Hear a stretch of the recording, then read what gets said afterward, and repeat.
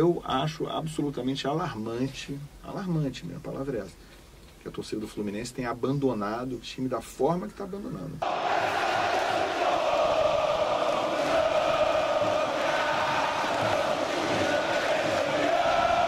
Fala galera, antes de começar a entrevista, eu preciso dar um recado para vocês.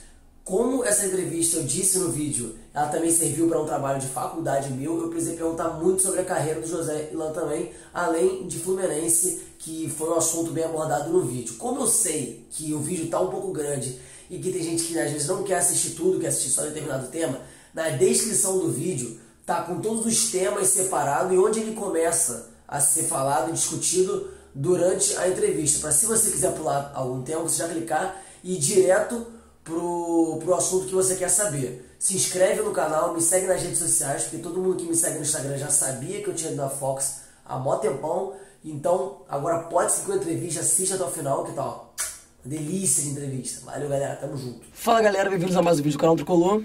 Hoje eu tô aqui com um convidado, jornalista da Fox Sports, José Ilan. E aí, Pedro? Boa noite, como é que tá? Ele vai contar aqui um pouco mais pra gente, esse vídeo que não é só pro nosso canal, ele também serve como um projeto de faculdade minha, pra quem não sabe, faço faculdade de jornalismo na Faixa, onde o José se formou também. E a gente vai saber um pouco mais da carreira jornalística dele, o que ele enfrentou, e algumas coisas também do Fluminense para 2019, e até outras que já passaram. Pra começar, fala um pouco mais de você, ó. Onde já passou, quantos anos você tá no ramo, quais coberturas já fez? Legal, eu comecei em 1990, na Rádio Tupi, tô com 48 anos. Vou chegar a 30 anos de carreira ano que vem. Comecei na Rádio Tupi como repórter, programa que existe ainda do Giro Esportivo, fazia cobertura de clubes diversos e tal. Comecei com a América, com o Bangu, depois comecei a cobrir todos os grandes clubes, fiquei lá 3 anos e meio aproximadamente. Adoro ter tido essa base do rádio, que é uma coisa importantíssima para trabalhar em televisão, sobretudo trabalhar em televisão. Depois da rádio, em 1993, eu ainda era aluno da Faixa, e um professor da Faixa que trabalhava na TV Globo, o Ricardo Pereira, está lá até hoje, está na TV Globo até hoje, era meu professor na Faixa, me convidou na época para uma oportunidade de estágio na TV Globo. E eu topei o desafio e consegui dar conta e acabei, em 1994, me tornando repórter da TV Globo na época, primeiro como prestador de serviço e tal, depois consegui me firmar um pouco mais, fiquei até 95 lá. Até que recebi na época um convite para a TV Manchete. Aí fiquei na Manchete de 95 a 99. Estilo TV Manchete. A estilo TV Manchete. Descobri Copa do Mundo, cobri Olimpíada, apresentei o bloco de esporte no jornal da Manchete na época, no jornal de rede. Foi uma coisa muito rica para mim ficar lá de 95 a 99. Em 99 recebi um convite de volta para voltar para a Globo. E aí voltei. Foi a época exatamente que a Manchete estava já entrando nos seus finalmente, terminando, né, virando Rede TV. Mas eu, nessa época, pulei de volta para a Globo, fiquei lá mais uns 12, 13 anos, até que eu, em 2012, na verdade em 2008, eu saí da reportagem da TV Globo, fui para o Globoesporte.com, fazer blog, ser editor executivo, e em 2012, do finzinho de 2011, recebi um convite para vir aqui para o Fox Sports. Entrei aqui no primeiro dia de 2012 e estou até hoje, já pouco mais de 7 anos. Então, cara, assim, como eu também sou muito jovem, o Gabriel, que não está aparecendo também, está me ajudando, é bastante jovem, a gente está iniciando uma carreira jornalística e se percebe muito um boom de jornalismo no Brasil atualmente. Você já passou por essa fase, como você está com 48, 49, vai fazer no dia do Natal? 49 eu faço no fim do ano, Natal, é verdade. Eu pesquisei. Então, quando você era mais jovem, quando você descobriu que você queria ser jornalista esportivo e quando você já ingressado no meio falou, pô, dá para virar um jornalista de nome, trabalhar numa grande emissora como a Fox, a Globo. Conta pra gente como é que foi. Quando foi que isso aconteceu? Quando foi que isso aconteceu? Olha, eu tenho que ser bem sincero, eu não sei se isso aconteceu em algum momento. Eu fui fazendo o que eu tinha para fazer, fui trabalhando onde se apresentou. Eu tive ainda pequenas oportunidades em outros locais que eu não mencionei. Fiz freela para revista, fui professor de inglês durante um tempo, já trabalhando como jornalista, por falar bem inglês e tal, por ter me formado. Enfim, eu fui trilhando o caminho, mas eu nunca, sinceramente, eu nunca coloquei assim, eu vou trabalhar um dia na TV Globo, eu vou trabalhar um dia numa emissora grande, no Fox Sports. Na verdade não existia o Fox na época, não existia a Fox. E eu tenho que dizer também o seguinte, eu acho que as coisas aconteceram relativamente cedo para mim. Então, quando eu estava com, como já expliquei aqui, 3 anos de profissão na Rádio Tupi, e nem formado era ainda, né? Mas já trabalhava já estava tempo no meio, como repórter e tal. eu tive essa oportunidade de estágio na TV Globo. Então, assim, não demorou para acontecer, uma oportunidade, a ponto de eu ficar alguns anos na profissão e falar assim, um dia eu vou trabalhar na TV Globo. Eu tive a sorte de ter tido essa possibilidade, essa oportunidade, conseguir de alguma forma aproveitá-la. E, sinceramente, eu não fiz esse planejamento de falar assim, um dia eu vou chegar aqui, não. Eu trabalhei da forma que era possível. Em nenhum momento na sua adolescência, infância, daquele start assim, quero trabalhar com o jornal, esporte junto? Não, na minha infância, na minha adolescência, eu sempre tive facilidade para desenho. Eu achava que ia ser desenhista ou alguma coisa ligada a desenho, tipo design gráfico, desenho industrial, que é uma carreira que ainda existe. Hoje penso que eu poderia ter sido arquiteto, por exemplo, poderia ter feito isso. Gosto muito de música, poderia ter trabalhado com música. Então, assim, o jornalismo, eu me dei um clique, mas já foi muito próximo do momento em que eu virei jornalista. Porque eu comecei a faculdade até para fazer publicidade e propaganda. Então, eu com 2 períodos de faculdade, eu falei, eu acho que a minha vibe não é essa não, acho que eu queria fazer jornalismo.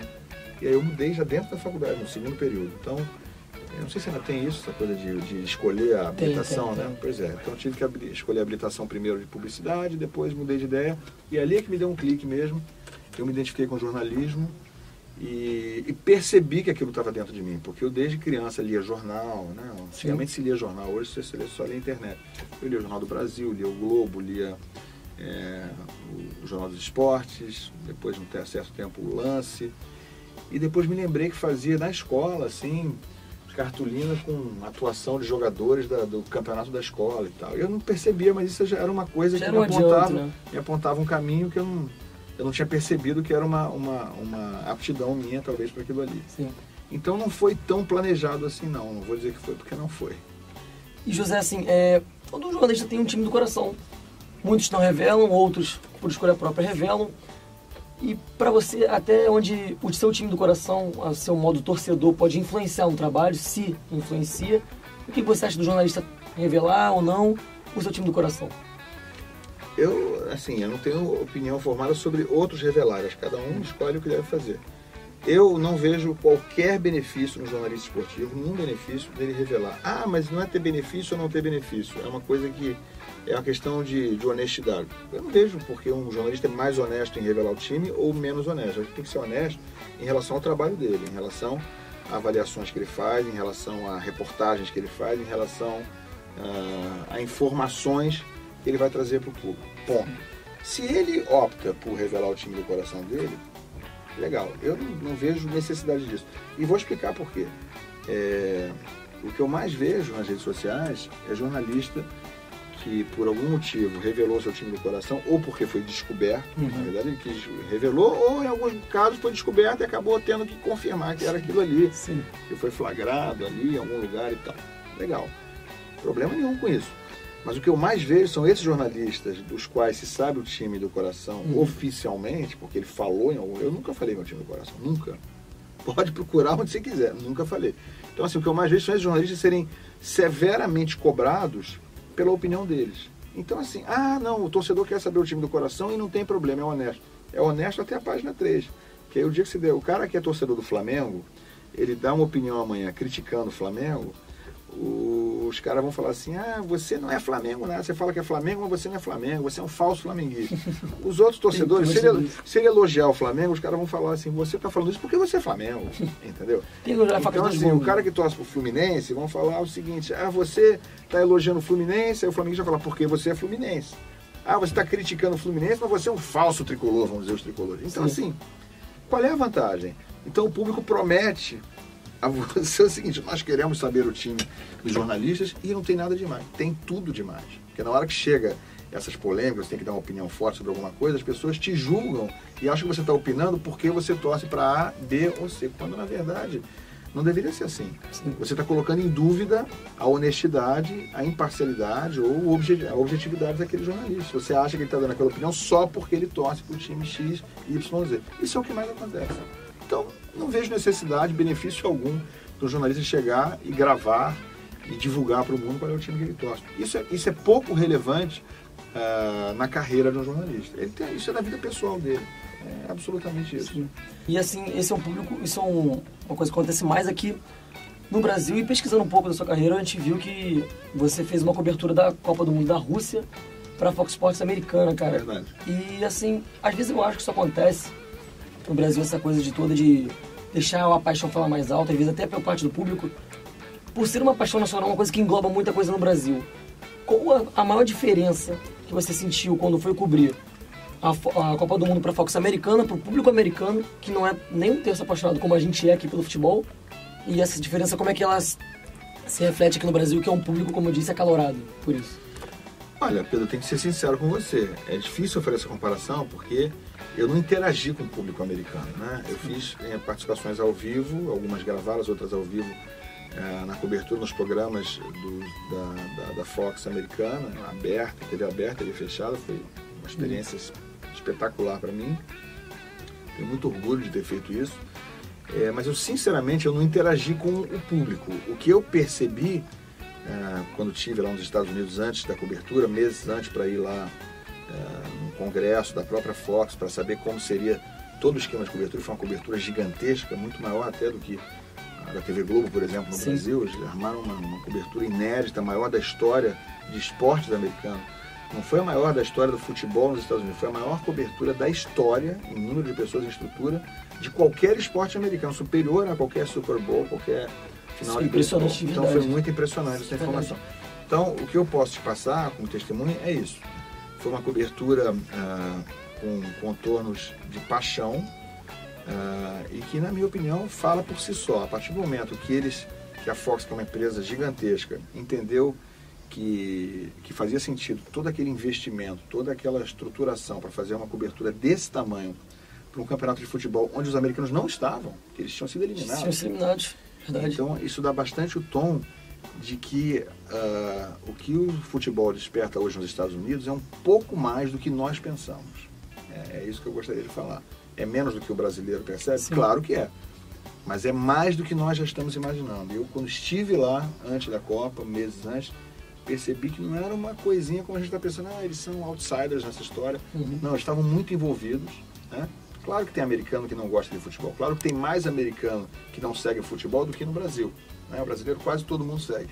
Lá tem muito mais gente que não segue, mas há cada vez mais gente seguindo lá, e essas pessoas que seguem são pessoas que estão seguindo de uma forma bastante apaixonada. Então é o que eu posso dar como testemunho. A gente falou em cobertura, né? Eu queria te perguntar como é que foi, assim, em toda a sua carreira, esses quase 30 anos de carreira que você está fazendo no que vem, que você disse, pra você, qual foi aquele momento que você olha pra trás e você fala, cara, esse momento eu guardo com muito carinho, assim, o maior de todos, como jornalista esportivo, fazendo cobertura de qualquer evento que seja, e se tem algum que você não lembra com tanto carinho assim, ou se você lembra de um jeito assim, poderia ter feito diferente? Eu vou tentar citar 1, 2 ou 3 só assim, eu não tenho como citar um momento só, mas tem algumas coisas que eu realmente guardo com bastante carinho. Por exemplo, eu não me lembro agora de cabeça, eu teria que vasculhar na minha cabeça aqui, eu já fiz umas 5 ou 6 finais de Libertadores. Fiz título do Internacional, título do Grêmio, aliás foi o último que eu fiz agora, foi lá em Lanús, eu fiz a vitória do Grêmio, depois fui para o Mundial em Abu Dhabi. Tudo Sim. Isso é muito especial, você fazer final de Libertadores, fiz a do Fluminense em 2008, aquela campanha inteira do Fluminense em 2008, fiz várias trabalhando para um público muito grande. Você está numa final de Libertadores, na transmissão ao vivo da TV Globo, como Sim. eu tive essa chance de estar em algumas, você sabe que está todo mundo te vendo. O Brasil inteiro ali olhando. O Brasil inteiro está te vendo. Então é muito legal, é muito legal. Isso realmente mexe muito com a gente, é um dia muito especial na vida do jornalista, assim como são especiais as coberturas que você faz de Copa do Mundo, de Olimpíada, fiz algumas já também, várias, e são sempre coberturas muito especiais, porque você está em outro país, você está conhecendo outra cultura, representando a sua cultura lá, e você se sente de alguma forma especial, porque é o local onde todos os jornalistas querem estar naquele momento. Todo jornalista que se preze, esportivo ou não, principalmente os esportivos, Sim. naquele momento querem estar, trabalham para chegar um dia a uma Copa do Mundo ou uma Olimpíada. Eu tive a chance, o privilégio de fazer várias, fiz agora a da Rússia, que foi uma coisa espetacular. É sempre uma experiência muito, muito especial, sobretudo quando é um país que você nunca foi e que dificilmente iria, como é o caso da Rússia. E eu fiquei muito impressionado. Então eu reputo esses momentos de auge, de Copa do Mundo, de Olimpíada, de finais importantes, final de Copa do Mundo, onde também já estive em algumas, final de Libertadores, que é a nossa competição principal, finais de campeonatos brasileiros, são sempre dias mágicos, dias especiais em que você se sente um privilegiado. Você fala assim, eu estou aqui trabalhando, mas na verdade eu estou onde todo mundo queria estar, dentro do campo, numa final, atrás do gol, a 2 metros da estrela máxima. Então aquele é um dia realmente do momento de ápice, em que você fala, as pessoas pensam que você ser jornalista é uma coisa super glamourosa. Raramente é, porque você trabalha muito. Sim. Debaixo de chuva, em condições ruins às vezes, muitas horas no dia, trabalhando no fim de semana, no feriado, quando está todo mundo descansando. Mas naqueles dias específicos, numa final de Copa do Mundo, em que você está ali, trabalhando naquele local, perto do Cristiano Ronaldo, perto do Messi, perto do Zico, perto de quem seja, naquele dia você fala assim, hoje realmente eu sou um privilegiado de trabalhar com isso aqui. Acrescentando um pouquinho mais essa pergunta, você já falou tanta transmissão, cara, que eu, como jornalista futuro, se Deus quiser, almejo estar. Tem alguma que você não fez ainda que você fala, pô, hoje, depois de quase 30 anos, na verdade, eu gostaria de ter feito, ou que eu quero fazer ainda, uma cobertura especial, se você tem? Sinceramente, eu não consigo pensar nisso, não. Assim, eu não estou mais fazendo reportagem, fiz na Copa do Mundo, né, porque fui convocado para essa missão aí da Fox americana. Não sei se voltaria a ser repórter, pode ser que eu volte a ser, a gente nunca se aposenta da função, mas eu no momento não exerço isso, eu estou apresentando. Eu acho que sim, é sempre legal você imaginar que o Brasil vai conquistar novamente uma Copa do Mundo. Eu tive algumas Copas, já em 2 Olimpíadas, mas eu nunca cobri o Brasil conquistando uma Copa do Mundo, né? Eu não estive, por exemplo, em 94, nem em 2002, que são as duas que eu poderia ter estado nesse período, não estive em nenhuma dessas duas. Então, eu acho que seria uma realização. Se eu tiver um dia numa Copa do Mundo que o Brasil seja campeão, como a gente achou antes da Copa que seria na Rússia, vai ser muito legal, posso colocar isso como um objetivo ainda. Sim.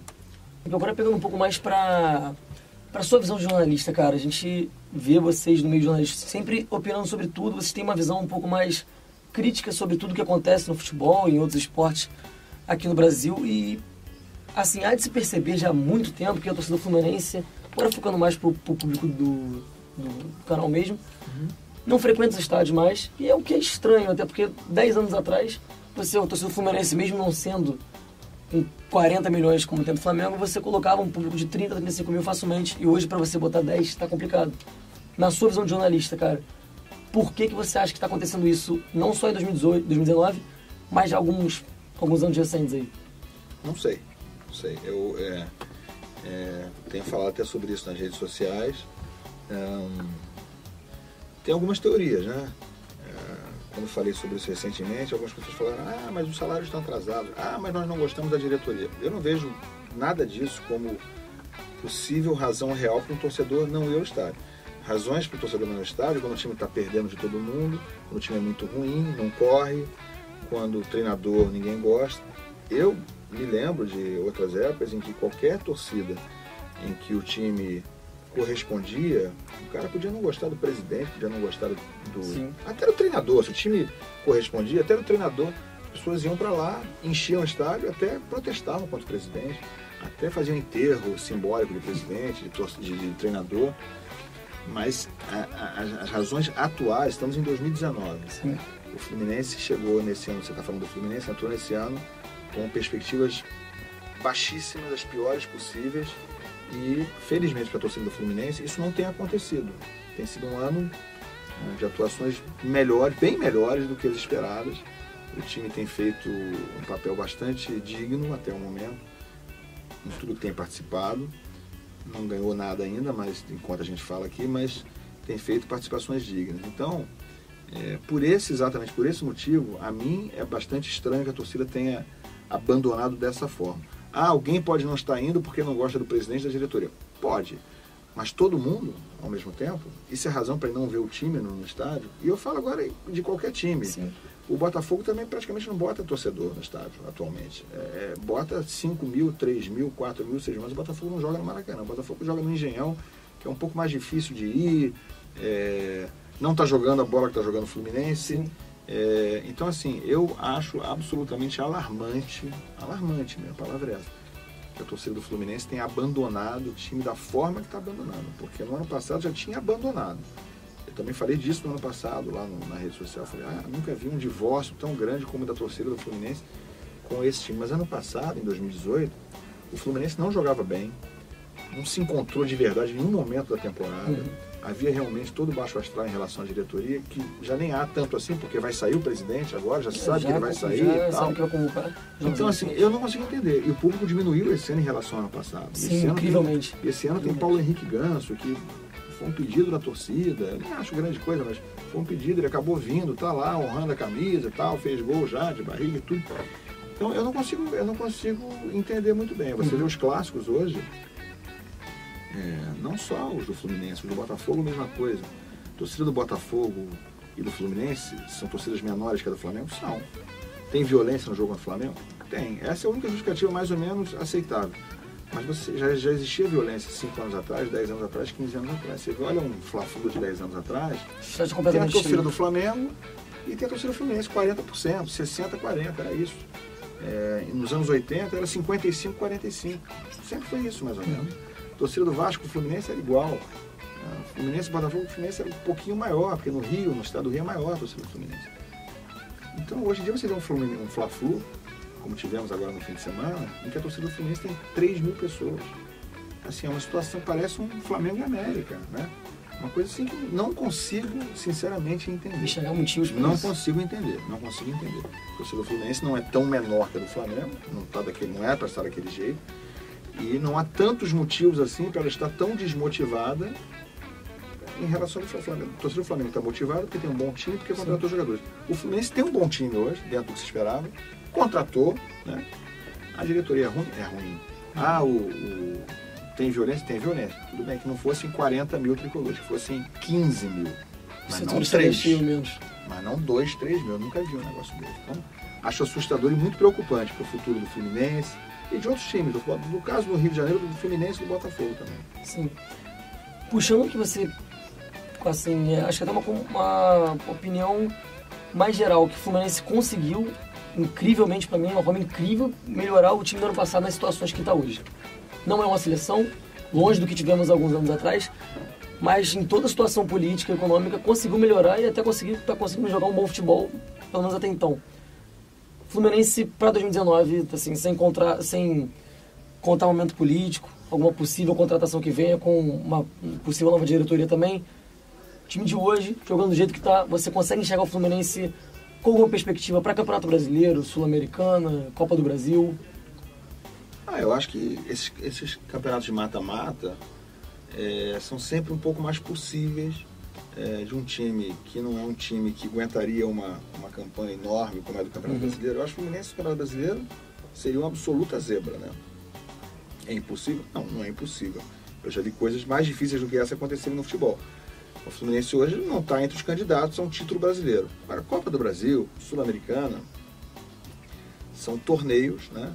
São campeonatos de mata-mata, em que nem sempre tem ida e volta, às vezes depende da sorte você ser chaveado e na tua chave cair um confronto mais fácil do que na outra chave. Sim. Então, assim, é mais possível. Porque o Fluminense vai ser campeão na sorte? Não. Ele parece ter muito mérito, esse time atual, muito mesmo. Como você falou, não é brilhante, não é perfeito, mas tem um time com mérito, é um time que houve um encaixe acima do que se esperava. Algumas contratações de jogadores desconhecidos, anônimos, que ninguém esperava absolutamente nada, deram certo. Tem que se dizer isso, né? A diretoria é ruim? Mas acertou num monte de contratações esse ano, é um fato. Contratou o Caio Henrique, que é bom. Contratou o Matheus Ferraz, que foi zoado quando chegou. Houve deboche, e ele tá bem, deu certo.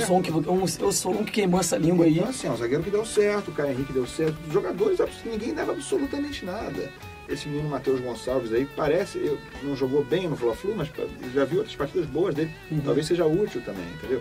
O Everaldo foi contratado no ano passado ainda, deu certo. Agora ele é cobiçado, enfim, só para citar 3, 4. Então, encaixou. O Fluminense já foi campeão várias vezes assim.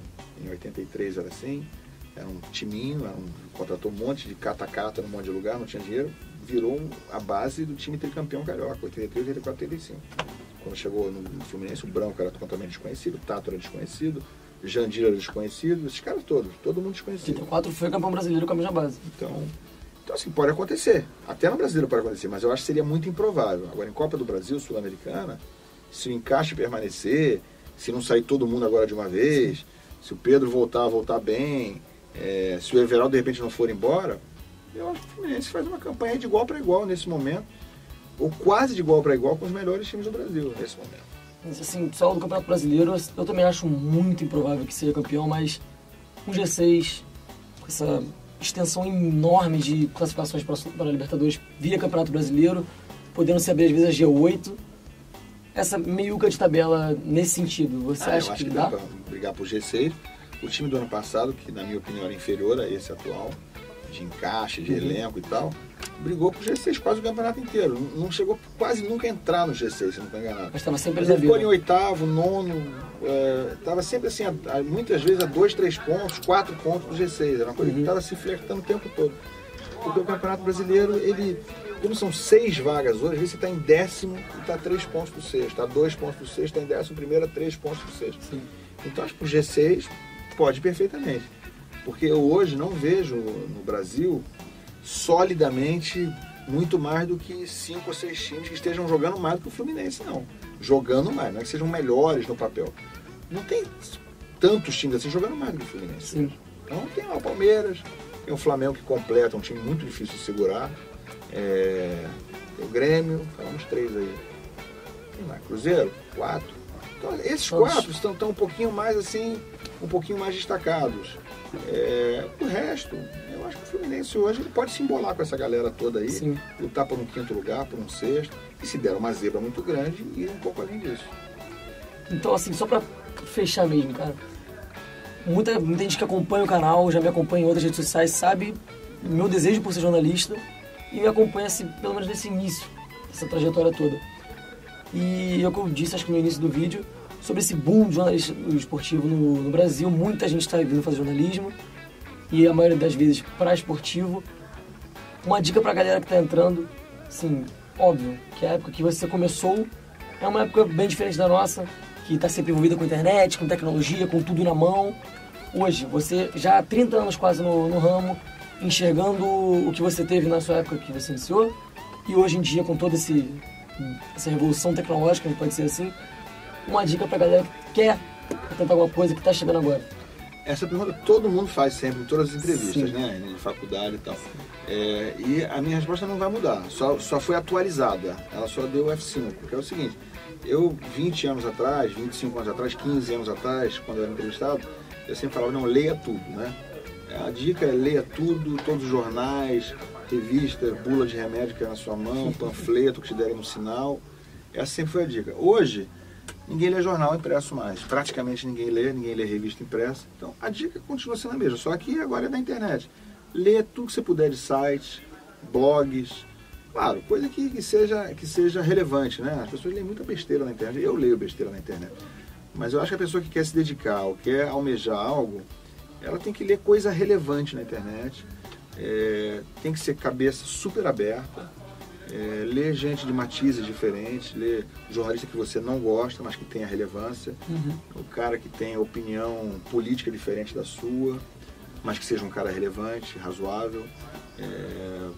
Então, eu acho que leitura massificada, absorção de conhecimento, de conteúdo, é o que conta muito na vida de um jornalista, na capacidade de avaliação, na formação da capacidade crítica de um jornalista, é você ler bastante gente, diferente, para que aquilo acabe entrando em você. Sim. E você comece a entender, comece a aprender naturalmente como ser crítico, né?